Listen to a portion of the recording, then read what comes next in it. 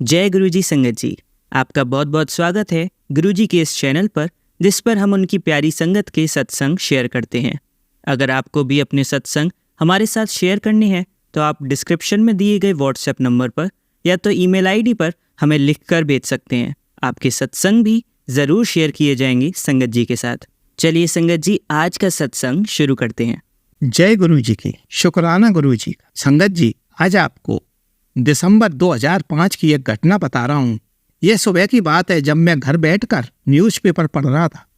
इतने में मेरे एक घनिष्ठ मित्र का फोन आया। उन्होंने बताया कि उसके भाई अपने 4 दोस्तों के साथ आ रहे थे। रास्ते में एक भयंकर एक्सीडेंट हो गया। मैंने उन 4-5 लोगों को नर्सिंग होम में भर्ती करा दिया है। अब आप बताइए कि मुझे क्या करना है। मैंने अपने दोस्त को बताया कि तुम उन लोगों को पास के नर्सिंग होम में भर्ती करा दो और गुरुजी का एक स्वरूप जो मैंने आपको दिया था वो उनके पास में रख दो। बाकी काम गुरुजी खुद कर लेंगे। मैंने मन ही मन गुरुजी से उन लोगों के स्वास्थ्य के अच्छा होने की कामना कर दी। मैंने अपने मित्र को गुरुजी का यह चित्र कुछ समय पहले ही दिया था। जिस मारुति कार में ये 5 लोग यात्रा कर रहे थे वह एक बड़ी और खड़ी हुई बैलगाड़ी से टकरा गई। आगे बैठे 2 लोगों के सिरों में तथा हाथों में काफ़ी चोटें आईं। पीछे बैठे एक दोस्त की हालत बहुत चिंताजनक थी। उसका सिर दीवार से टकरा गया था और उसको अंदरूनी चोट लगी थी। जब मेरा दोस्त हॉस्पिटल पहुंचा तो डॉक्टरों ने बताया कि मरीजों की हालत शोचनीय थी। पीछे बैठा जो व्यक्ति था उसका नाम अरुण था। उसकी हालत सबसे ज़्यादा खराब थी। डॉक्टरों के अनुसार वह केवल 7 या 8 दिन जिंदा रह सकता है। एक्सरे से पता लगता है कि उसके सिर की चोट काफ़ी गहरी थी। मस्तिष्क के अंदर खून का प्रवाह नहीं हो रहा था। इस बारे में कुछ भी नहीं किया जा सकता था। डॉक्टरों ने अरुण के इलाज बंद कर दिया। उसके रिश्तेदारों को यह कह दिया कि वह उसके अंतिम संस्कार की तैयारी करनी शुरू कर दें। मेरे मित्र ने अभी भी अपनी आशा नहीं छोड़ी थी। उसने सबके सिरों पर गुरुजी का चित्र रख दिया था तथा गुरुजी से सबके लिए प्रार्थना करती थी।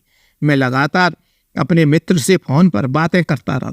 जब भी मौका मिलता था मित्र गुरुजी के स्वरूप को अरुण के सिर पर लगाकर अन्य लोगों के सिर पर रखकर गुरुजी से लगातार प्रार्थना कर रहा था। नतीजा यह निकला, जब डॉक्टरों ने रोगियों का परीक्षण किया तो 2 को तो संकट से बाहर कर दिया। अब बाकी जो 3 बचे थे उनको ट्रीटमेंट देना शुरू किया। सभी डॉक्टरों को अरुण की अवस्था देखकर बड़ा आश्चर्य हो रहा था कि अरुण की अवस्था अब जल्दी ही सुधरती जा रही थी। उसने 7 घंटे की सीमा पार कर ली थी। उसकी दशा में सुधार हो रहा था। अभी भी वह डॉक्टरों के प्रश्न का उत्तर नहीं दे पा रहा था। अगले दिन डॉक्टर स्तब्ध रह गए। जब अरुण का परीक्षण किया तो उसका तीव्रता से सुधार हो रहा था।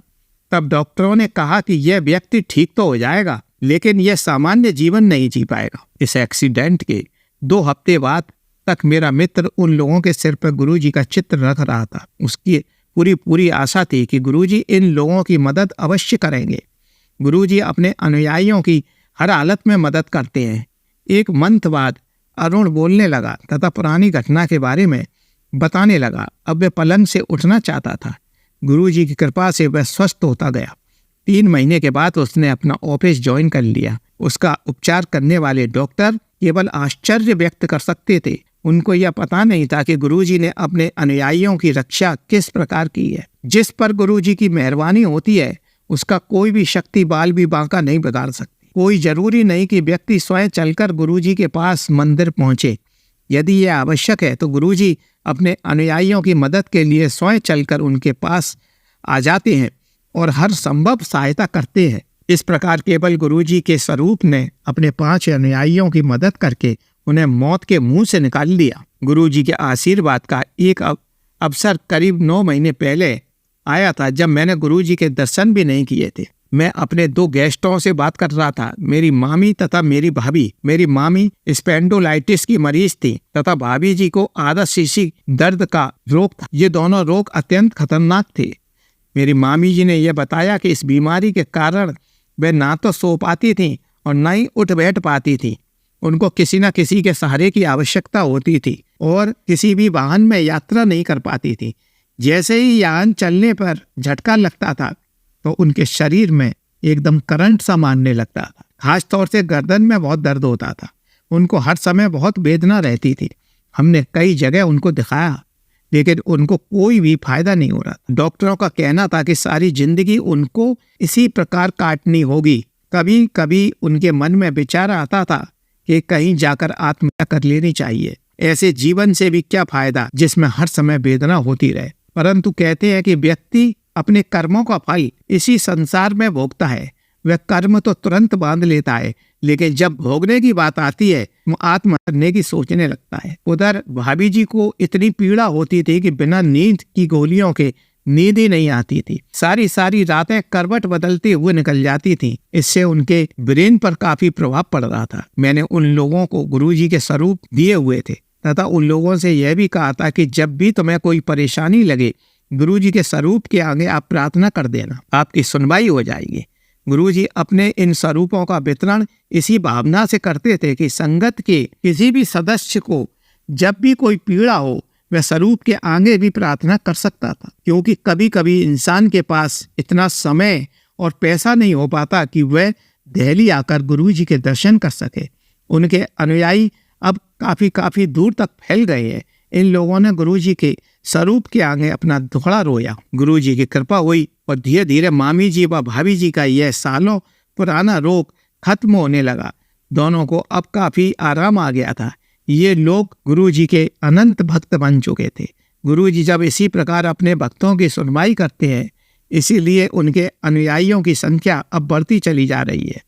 ये भक्त लोग अपने गुरुजी पे अंधा विश्वास करते हैं। गुरुजी के अनुयायियों का कहना है कि भगवान आप हमें जिस हाल में रखोगे हम उसी हाल में खुश रहने की कोशिश करेंगे। कोशिश करने वालों की नैया तुरंत पार हो जाती है। मेरे पिताजी डायबिटीज के साथ हार्ट रोग के भी मरीज थे। एक बार रात में उनके चेस्ट में पीड़ा हुई। उन्होंने उसी समय किसी को बताया नहीं और स्वयं पानी गर्म करके जल की बोतलों से सिकाई करके पीड़ा दूर करने की कोशिश करने लगे। किसी प्रकार उन्होंने रात तो निकाल ली, लेकिन जब पीड़ा दूर नहीं हुई तो उन्होंने मुझे फोन किया। जब मैं उनके पास पहुंचा तो तुरंत उनको अपोलो हॉस्पिटल ले गया। जब प्रारंभिक परीक्षणों से पता लगा कि उनको एक माइनर हार्ट अटैक पड़ा है, डॉक्टरों ने पिताजी का बाईपास सर्जरी करने का सुझाव दिया, क्योंकि पिताजी को डायबिटीज भी काफ़ी थी, इसलिए आगे चलकर परेशानी आ सकती थी। ऐसे रोगी को सामान्य होने में पूर्ण समय लगता है। जब हमें कोई रास्ता नजर नहीं आया तो मैंने पिताजी की सर्जरी के लिए परमिशन दे दी। मैंने मन ही मन गुरुजी से पिताजी के विषय में प्रार्थना कर दी थी। इसका रिजल्ट यह हुआ कि हॉस्पिटल के स्टाफ ने हमारी हेल्प करना शुरू कर दिया। सबसे पहले ऑपरेशन करने के लिए ब्लड की ज़रूरत थी, लेकिन ब्लड बैंक में वह खून उपलब्ध नहीं था। तब यहाँ उपस्थित एक डॉक्टर ने अपना खून दिया। इतने में गुरु कृपा की वजह से इस डिपार्टमेंट के हेड वहाँ आ गए। वह सामान्यतः हमेशा बाहर ही रहते थे। उन्हें विदेशों में लेक्चर देने के लिए जाना होता था। वह किसी कार्यवश वहाँ आए और वहाँ पर मेरे पापा की कंडीशन देखकर उनका ऑपरेशन करने के लिए तैयार हो गए। यह सब हमारे प्रिय गुरु की कृपा थी। इस प्रकार यह ऑपरेशन बिना किसी टेंशन के संपन्न हो गया। तब जाकर हमारी जान में जान आई, क्योंकि मेरे पिताजी डायबिटीज़ के रोगी थे। इसके बावजूद भी पिताजी का स्वास्थ्य इतनी तेजी से सुधार में आ रहा था कि वहाँ देखकर उपस्थित सभी डॉक्टर और सर्जन आश्चर्य में पड़ गए। उन्होंने इतनी जल्दी रिकवरी एक डायबिटीज पेशेंट की नहीं देखी थी। खैर, पिताजी जल्दी ही स्वास्थ्य लाभ पाकर घर वापस आ गए। मैंने गुरुजी को पिताजी को जल्दी से जल्दी स्वस्थ करने के लिए शुक्राना किया। चिकित्सा के क्षेत्र में गुरुजी के हस्तक्षेप के कई अन्य उदाहरण भी मेरे पास हैं। मेरे एक कजिन जो हार्ट रोग से पीड़ित थे, अपनी थर्ड सर्जरी के लिए चंडीगढ़ से दिल्ली आ गए थे। मेरे अनुरोध पर उन्होंने 4 या 5 बार गुरुजी के दर्शन किए। उनको बिना सर्जरी के ही गुरुजी की कृपा से आराम आ गया। एक बार भी हॉस्पिटल नहीं गए। यह अपने आप में विस्मित करने वाली घटना थी। जब उन्होंने अपना परीक्षण कराया तो सारे परिणाम नॉर्मल आए। उनका हार्ट अब पूर्ण रूप से ठीक कार्य कर रहा था। उनके चेस्ट में अब कोई दर्द नहीं था। मैं पुनः कहूँगा कि गुरुजी की प्रतिभाओं का ज्ञान संभव नहीं है। मेरे जीवन में जो भी गुरुजी की कृपा के अनुभव हुए हैं उन्हें मैं शब्दों में नहीं लिख सकता हूँ। वो मेरे दिल व मेरे दिमाग में फीड हो गए हैं। वे कभी भी मिट नहीं सकते। जब से गुरुजी ने मुझे अपने पास बुलाया है, उस एक वाक्य को मैं लिख रहा हूँ। गुरुजी से मिलने के बाद जो भावना उत्पन्न होती है उसका वर्णन कठिन है। उसका अनुभव करने में एक रस है।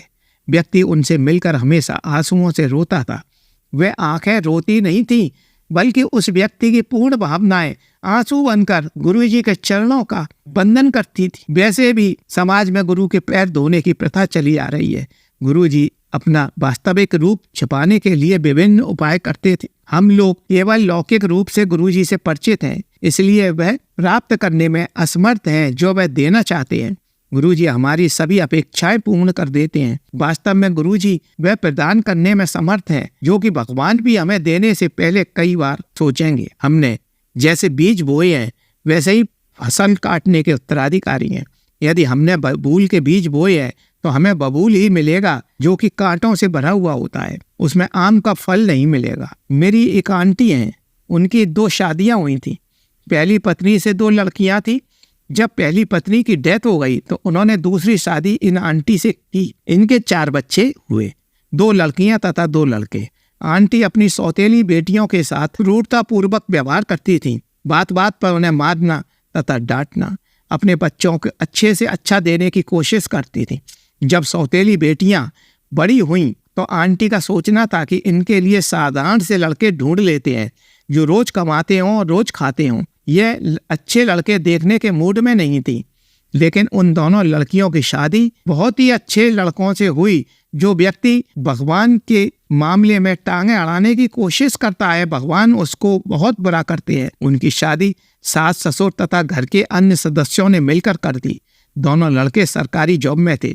दोनों अपने अपने घरों में मस्त हैं। समय बीतता गया। जब आंटी के बच्चों की शादी का समय आया तो बड़ी लड़की की शादी बहुत अच्छे घर में सुंदर लड़का देखकर की। कुछ दिन ससुराल में रहने के पश्चात ये अपना ससुराल छोड़कर वापस आ गई तथा आंटी के घर पर ही रहने लगी। जब बड़े लड़के की शादी की तो वह अपनी पत्नी तथा बच्चों को छोड़कर दूसरी औरत के पास बिना शादी किए ही रहने लगा। दूसरे लड़के का इतना भयंकर एक्सीडेंट हुआ कि 6 महीने कोमा में रहकर वापस होश आया। तब वह हाथ पैरों से अपंग हो गया। संगत जी, वह लड़का अब अपनी माँ पर बोझ बन गया। अंत में सबसे छोटी लड़की की शादी की तो वह भी 2 महीने ससुराल में रहकर वहां से वापस लौटकर अपने घर आ गई। वह भी माँ के मत्थे मर गई तथा इन्हीं के पास रहने लगी। अब आप बताओ इसको क्या कहोगे? संगत जी, हम जैसा कर्म दूसरों के साथ करके उनकी आत्मा को दुखाते हैं, उसका यही फल भगवान हमको देते हैं। आंटी ने 2 बच्चियों के साथ काफी बुरा करने की कोशिश की थी। भगवान ने ब्याज लगाकर 4 बच्चों की दुर्गति कर दी। अब इस घटना में उन बच्चों का क्या दोष था? अब मैं आपको उन बच्चों का दोष बताता हूँ। उन लोगों ने कभी भी अपनी माँ का प्रतिरोध नहीं किया था। जबकि आंटी सौतेली बेटियों को मारती थी, उनके अपने बच्चों ने कभी भी अपनी माँ को गलत कार्य करने से नहीं रोका। मूक रहकर उनका हौसला बढ़ाते रहे। आज अगर हम गलत कार्य का साथ देते हैं, उसकी सजा भी उतनी ही है जितनी की गलत करने वाले की है। बस इसके लिए हमेशा यही ध्यान रखना चाहिए कि गलत बात का हमेशा विरोध करो, जिससे कि गलत बात करने वाला उस गलती को दोहराए नहीं। अब इस दंड को पूरा घर भोग रहा है। बड़ी लड़की की दूसरी शादी करवा दी गई, लेकिन वह अब भी अपने घर में सुखी नहीं है। इसलिए जैसा हम बोएंगे वैसा ही फसल काटने के लिए तैयार हो जाना चाहिए। यदि आप गुरुजी से कुछ मांग रहे हैं तो गुरुजी आपकी मांग पूरी कर देते हैं। आपको यह नहीं मालूम कि शायद गुरुजी हमें उस मांग से कई गुना ज़्यादा देने की सोच रहे हों। इसलिए हमें कभी भी गुरुजी से किसी चीज़ की डिमांड नहीं करनी चाहिए। जो चीज़ बिना मांगे मिलती है उसकी कल्पना भी आप नहीं कर सकते हो। इसलिए हमेशा गुरुजी पर विश्वास रखें और बिना किसी स्वार्थ के उनकी भक्ति में लगे रहें। एक बार मेरे एक मित्र अजय गोयल को हार्ट का दौरा पड़ा। उनको अपोलो हॉस्पिटल में हमने एडमिट करा दिया। उनकी हालत खराब होती जा रही थी। डॉक्टरों ने बाईपास सर्जरी के लिए बोल दिया था, लेकिन मैंने अभी उन लोगों को वेट करने के लिए कहा। मैं सीधा गुरुजी के पास एम्पायर स्टेट पहुंचा। वहां जाकर मित्र की अवस्था के बारे में बताया तो गुरुजी बोले कि 5.25 किलो चने खरीद कर गरीबों में दान कर दो, और यह अभी करना है, ज्यादा समय नहीं करना। हम तेजी से बाहर निकल आए। उस समय रात के 11:30 बज रहे थे। हमें चने मिलने की कोई आशा नहीं थी। हम रास्ते में चने की दुकान खोजते हुए आगे बढ़ रहे थे। इतने में सामने एक दुकान खुली मिल गई। जब हमने पूछा कि क्या आप इसी समय तक दुकान को खोलते रहते हैं, तब उस दुकानदार ने कहा कि नहीं, मैं दुकान तो 8 साढ़े 8 बजे तक बंद कर देता हूँ, लेकिन आज मेरे को दुकान का कुछ काम था, मेरे को स्टॉक मिलाना था, इसलिए मैं दुकान खोल कर बैठा हुआ था। हम इसको गुरुजी की कृपा ही समझेंगे, हमारा उससे मुकाबला हो गया। जब हमने उससे 5.25 किलो चने मांगे तो उस पर केवल 4.5 किलो चने निकले। हमने तुरंत वो चने ले लिए और आगे बढ़ गए। आगे बढ़कर काफी दुकानें देखी, लेकिन कोई दुकान खुली नहीं मिली। खैर घर आकर हमने चने खोजे तो हमें कुछ चने मिल गए, परंतु जब हमने उन्हें तौला वे चने 750 ग्राम निकले। खैर 5.25 किलो चने हमें प्राप्त हो गए। हमने तुरंत वह चने बाजार में मंदिर की तरफ कुछ भिखारी बैठते थे, उन लोगों में चने बांट दिए। इसका परिणाम यह हुआ कि अजय गोयल की तबीयत स्वतः से ही ठीक होनी शुरू हो गई और बिना सर्जरी कराए वे अपने घर लौट आए। यह सब गुरुजी की ही कृपा से संभव हुआ था। अब मैं इस सत्संग को यही खत्म करने की इजाजत चाहता हूँ। जय गुरुजी की, शुक्राना गुरुजी। चलिए संगत जी, अब अगला सत्संग सुनते हैं। जय गुरुजी, शुक्राना गुरुजी। आज मेरा 7 डेज के सत्संग का 2nd डे है। ये सत्संग मेरा 20 अगस्त का है। मैं अपने ऑफिस से इवनिंग में घर आ रही थी। सुबह ऑफिस जाते हुए और ऑफिस से आते हुए मैं गुरुजी का मंत्र जाप कर रही थी। गुरुजी अपनी प्रेजेंस भी फील करवा देते हैं डेली। कभी 7, कभी 777, कभी 777 और कभी 47 नंबर से ब्लेस करते हैं। बहुत सारे एंजल नंबर से भी ब्लेस करते हैं। डेली एक कार्ड ज़रूर दिखती है जिस पर लिखा होता है साइड में गुरुजी, या फिर दूसरी साइड पे लिखा होता है ब्लेसिंग्स ऑलवेज गुरुजी। 20 अगस्त को इवनिंग में आते हुए मुझे कोई कार नहीं दिखी, तो मैंने बोला गुरुजी क्या हुआ, आज आप मेरे साथ घर वापस नहीं जा रहे? तो एकदम से एक ब्लैक कलर की कार आई जिस पर गुरुजी और ब्लेसिंग्स ऑलवेज गुरुजी लिखा हुआ था।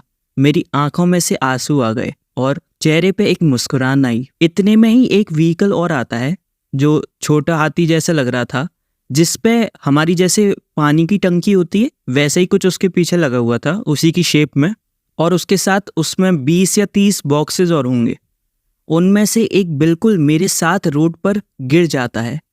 वो ज़रा सा और लेफ्ट होता तो मेरे ऊपर गिर जाता और मेरी एक्टिवा का बैलेंस बिगड़ जाता और मैं स्लिप हो सकती थी। पर उससे 1 मिनट पहले ही गुरुजी लिखी हुई कार थी और मैं बच गई। ऐसा लगा जैसे गुरुजी गए और उसके बाद में शुक्राना मेरे गुरुपा कि आपने अपनी बच्ची को बचाया।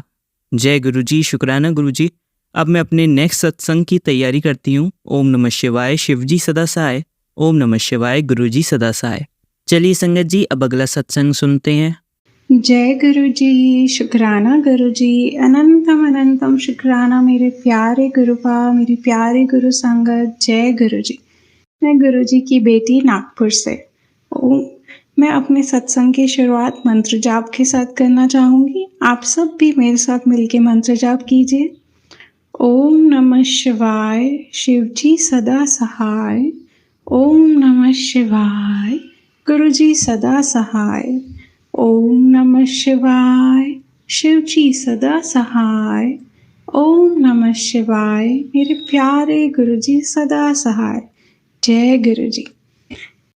जय गुरुजी।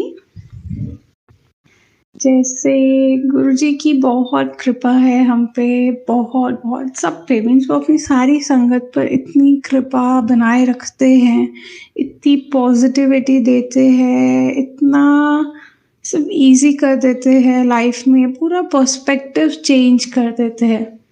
लाइफ तो पहले भी यही थी, पर अभी गुरुजी जो हमारा पर्सपेक्टिव चेंज कर देते हैं इतने अच्छे अच्छे मैसेजेस के साथ, मतलब बहुत अभी बहुत खुश रहते हैं हम। जय गुरुजी। गुरुजी का मीन्स मैंने एक सत्संग सुना था जिसकी हेडलाइन थी कि गुरुजी आज मुझे कोई सेवा देना चाहते हैं जिससे मेरे कष्ट कटे। तो मैंने वो सत्संग सुना तो उसमें 2 चीज़ें थी। एक आंटी का सत्संग था जो कह रहे थे कि गुरुजी ने उनको डेली शुक्राना सत्संग शेयर करने की सेवा दी है, और एक दूसरी आंटी का सत्संग था जो कह रहे थे कि गुरुजी ने उनको थर्सडे को अपने घर पे 1 घंटे का सत्संग करने की सेवा बख्शी है। जय गुरुजी। तो ये मैंने वेडनेसडे को सुना था, तो मैंने सोचा थर्सडे कल है, कल मैं भी 1 घंटे का सत्संग करती हूँ। एंड उसी सत्संग में मैंने किसी संगत जी से टाइम भी सुना था कि सत्संग उन्होंने कहा संगत जी ने कहा था, सॉरी संगत जी ने कहा था गुरुजी को कि मैं सुबह-सुबह कर लूँ, सुबह मीन्स ज़्यादा काम नहीं रहता, मैं कर लेती हूँ। तो उनको गुरुजी का मैसेज आया कि नहीं, तुम शाम को 6 से 7 सत्संग करो। जय गुरुजी। तो मैंने सोचा ये मेरे लिए भी आदेश हो सकता है कि मैं थर्सडे को इवनिंग में 6 to 7 सत्संग करूँ। गुरुजी से अभी गुरुजी ने तो हमें जन्मों-जन्मों से जोड़ा है, जो हमारे रियलाइजेशन में अभी जून में मैं गुरुजी से जुड़ी। जय गुरुजी। मैंने कभी इससे पहले कभी अपने घर पे कोई सत्संग नहीं किया है, तो मैंने कल सोचा मैं करती हूँ। तो मैंने कुछ ऐसे बाहर से नहीं लाया था, मैंने कड़ा प्रसाद और चाय प्रसाद, जल प्रसाद और बिस्किट्स, चारकोली जो नॉर्मल स्नैक्स होता है उसके साथ सत्संग करने के लिए सोचा। तो मुझे सत्संग मैंने गुरुजी को दोनों हाथ जोड़ के इनवाइट किया कि गुरुजी आप आइएगा। एंड गुरुजी सत्संग स्टार्ट करने में मुझे 6 o'clock बज के 9 मिनट हो गए थे, तब मेरा दिया लिट किया। सॉरी गुरुजी, मैं टाइम से नहीं कर पाई, सॉरी गुरुजी, सॉरी संगत जी। एंड मैंने एक प्लेलिस्ट चलाई, वो थी 1 hour 9 minutes की। जय गुरुजी, इतने प्यारे शब्द, इतने प्यारे भजन। मीन्स स्टार्ट तो मेरा सत्संग एक ओंकार से ही हुआ। उसके बाद एक भजन था, वो मुझे आता था। जो थर्ड था वो पंजाबी एक शब्द था, वो मुझे नहीं आ रहा था, तो मेरा थोड़ा सा कनेक्ट नहीं हो रहा था। पर मैंने गुरुजी के सत्संग में सुना है कई बार कि गुरुजी कहते थे आप शब्द सुनो, नहीं समझ में आ रहा पर सुनो, आप कभी ना कभी तो हम समझेंगे। तो मैं वो शब्द सुना, उसके बाद एक और शब्द चला, तो मेरा थोड़ा कनेक्ट लूज हो रहा था। फिर मुझे याद आया कि गुरुजी के लिए मैंने चेयर तो रखा ही नहीं है, गद्दी तो रखा ही नहीं है, गुरुजी आएंगे तो कहाँ बैठेंगे। फिर मैंने एक चेयर रखी अपने साइड में कि गुरुजी अगर आप आएंगे आप यहाँ बैठिएगा। जय गुरुजी। फिर वो लिस्ट में तो मुझे 7 भजन ही दिख रहे थे, पर बीच में एक भजन चला जब जिसके सिर ऊपर तुम स्वामी। जय गुरुजी, ये बोलते हुए भी मुझे गूज़बम्स आ रहे हैं। ये भजन खुद ही बीच में चला एंड मैं सिर्फ आईज क्लोज करके अपना फील कर रही थी भजन लिरिक्स, और तभी मुझे एक आवाज़ आई, ज़ोर से आवाज़ आई, जय गुरुजी। तो मैंने आईज ओपन किया, मैंने देखा कि पता नहीं क्या आवाज़ आई। तो मैंने देखा कि मेरा जो लोटा था जो मैंने गुरुजी के सामने रखा था उसकी कैप थोड़ी हिली हुई थी। जय गुरुजी, जय गुरुजी। अब मुझे लग रहा है कि ये गुरुजी का साइन है कि वो आए थे एंड वो है, वो तो है ही है। पर जैसे हम ह्यूमन नेचर होता है, हम कहते हैं कि हमें पता है गुरुजी हमारे अंग संग हैं। पर मेरा फर्स्ट सत्संग था, तो मैं बहुत ना मेरा चाय दिखने में अच्छा था, ना मेरा कड़ा प्रसाद अच्छा दिख रहा था। तो मैं बहुत भारी मन से मैंने स्टार्ट किया कि टाइम हो गया है, गुरुजी आएंगे तो मैं स्टार्ट करती हूँ। वैसे ही गुरुजी भाव दिखते हैं, तो मेरा स्टार्टिंग से यही चल रहा था कि गुरुजी सॉरी सॉरी सॉरी, अच्छा नहीं बना है, अच्छा नहीं दिख रहा है, पर आप बिस्किट्स या स्नैक्स का ही भोग लगा लीजिएगा, बट प्लीज़ स्वीकार कीजिएगा, भूल चूक माफ़, मैं आगे से अच्छे से करूँगी। तो फिर ये जब मैंने जल प्रसाद रखना मैं भूल गई थी, तो मुझे सत्संग के बीच में याद आया, मैंने तभी लोटा भी भर के रखा। फिर 1-2 भजन के बाद जो मुझे आवाज़ आई तो लोटे का कैप भी थोड़ा खुला हुआ था। तो जय गुरुजी, आपने मुझे ये भाव दिया कि आप जल में भी आप खुश हैं, बस वो सच्चे मन से होना चाहिए। संगत जी, गुरुजी सिर्फ भाव दिखते हैं। मेरा फर्स्ट सत्संग था, मुझे पता है मैंने बहुत सारी गलतियाँ की होंगी, बट गुरुजी आपका भाव दिखते हैं। वो नहीं मीन्स आप अपना बेस्ट डेकोरेशन आप जो कर सकते हैं आप कीजिए, पर गुरुजी सिर्फ आपका भाव दिखते हैं संगत जी। एंड जो वो लोटे का कैप खुला सा रह गया ना, बस गुरुजी यही है कि वो जल में भी खुश है। गुरुजी, जय गुरुजी, शुक्राना गुरुजी, अनंतम अनंतम शुक्राना मेरे प्यारे गुरुपा। एंड जैसे मैंने अपने पिछले सत्संग में बताया था कि मैं अभी राखी में अपने पेरेंट्स के घर गई थी। जैसे गुरुजी कहते हैं कि सावन में हमें हमारे मायके जाना चाहिए, तो उन्होंने मुझे बड़े मंदिर भी बुलाया और वो मुझे मेरे पेरेंट्स के घर भी लेके गए। तो मैं गुरुजी का स्वरूप अपने साथ ले गई थी, तो मैंने उस दिन उनके लिए कड़ा प्रसाद बनाया। तो मैं सिर्फ कड़ा प्रसाद बनाते समय सोच रही थी गुरुजी थोड़ा ठीक सा बन जाए, मतलब आपको भोग भी लग जाए अच्छे से और मेरे फैमिली वाले भी खा सके, क्योंकि मैं अपने घर पे यहाँ बनाती हूँ तो वो दिखने में तो अच्छा नहीं बनता है पर टेस्टी रहता है। पर वहाँ पे जो उस दिन कड़ा प्रसाद बना पूरा फिनिश हुआ गुरुजी, पूरा सबने खुशी खुशी खाया। वो दिखने में भी लिटरली गुरुद्वारे जैसा कड़ा प्रसाद दिख रहा था। कलर, टेक्सचर, टेस्ट सब इतना परफेक्ट था। मैंने वापस आके इतनी बार इतना ही पोर्शन बनाने का ट्राई किया पर वो वैसा नहीं बना संगत जी, वो वैसा नहीं बना। जय गुरुजी, वो वैसा बिल्कुल भी नहीं बना कड़ा प्रसाद। इसका मतलब तो यही है ना कि गुरुजी ने मेरी थोड़ी सी लाज रखने के लिए उन्होंने मेरा हाथ पकड़ के वो बनवाया। लिटरली उतना अच्छा ना मेरी मम्मी का बन सकता है ना मेरी मदर इन लॉ आंटी का बन सकता है। मैंने अपने आसपास किसी को नहीं देखा कि किसी का इतना अच्छा कड़ा प्रसाद बनता भी होगा। उस दिन इतना अच्छा बना लिटरली, क्योंकि उसमें गुरुजी का हाथ था। वो गुरुजी ने बनाया, मैंने नहीं, वो गुरुजी ने बनाया। थैंक यू गुरुजी, जय गुरुजी। और सबने बड़े मन से खाया उसे। एंड मुझे पता है उन्होंने खाया तो उनको भी गुरुजी की ब्लेसिंग मिलेगी, उनका भी कनेक्शन गुरुजी से बनेगा। एंड मुझे विश्वास है गुरुजी ने अभी स्टार्ट कर दिया है। मुझे पता है गुरुजी ने अभी स्टार्ट कर दिया है उनके मन में अपनी जगह बनाना। Thank you Guruji. एंड जैसे मेरा सत्संग था तो कल मैं मार्केट गई थी फ्लावर्स लेने और अपने बेबी अंकल के स्कूल के प्रोजेक्ट्स का कुछ सामान लेने। तो मैं ऐसे एक शॉप में थी, मैं वेट कर रही थी किसी चीज़ का, तो मेरी नज़र गई वो जन्माष्टमी के डेकोरेशन के सामान, कान्हा जी के क्यूट ड्रेसेस।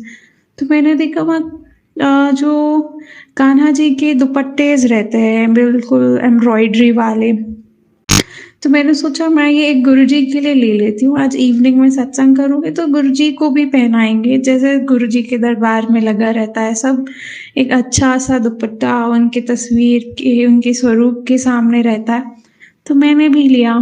मेरा पहला चॉइस था कि मैं ब्लू या पिंक लूँ, फिर मेरी नज़र गई एक ग्रीन कलर का था, तो वो साइज़ में बड़ा था, तो मुझे लगा ये मेरे स्वरूप के साथ ये साइज़ जाएगा।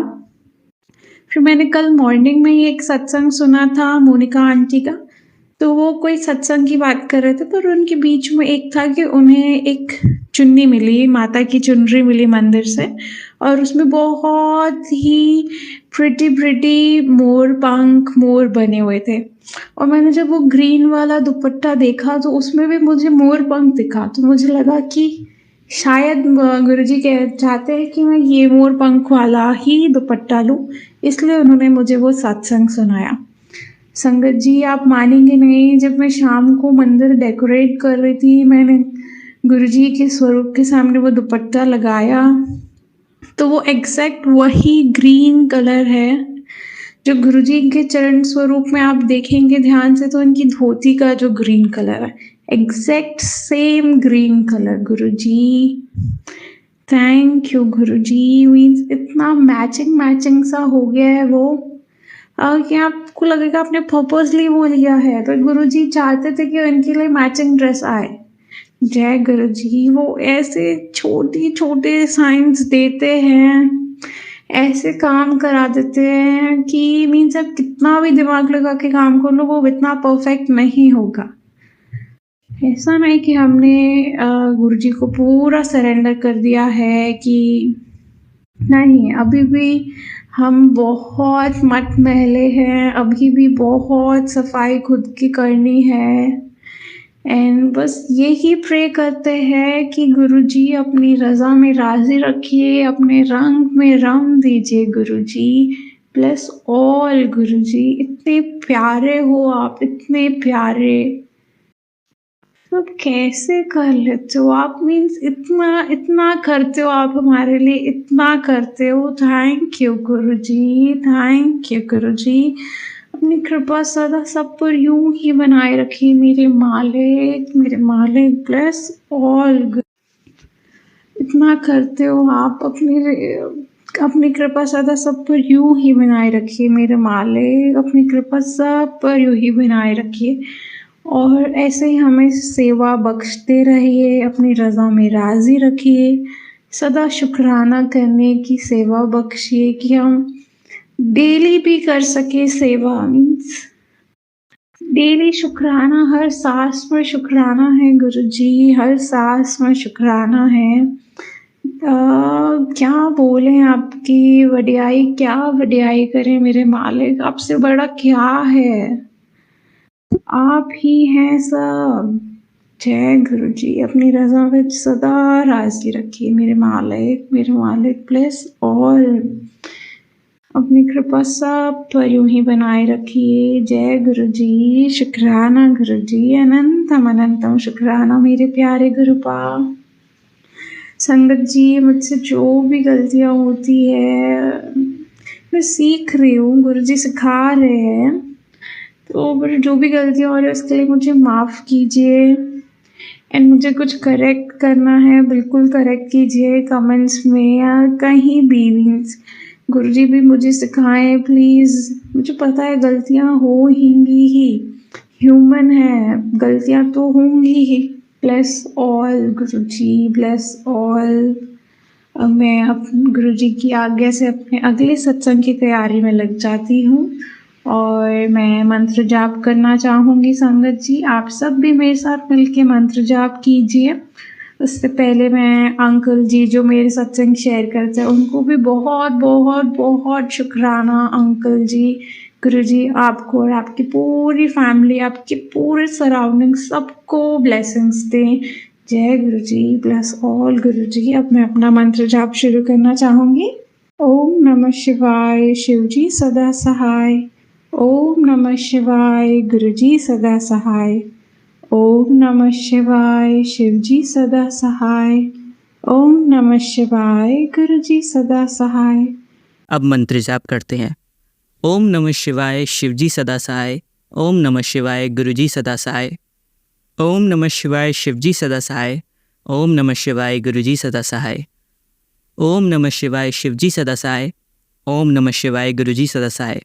धन्यवाद संगत जी, आपका दिन बहुत ही मंगलमय जाए। जय गुरुजी, शुक्राना गुरुजी।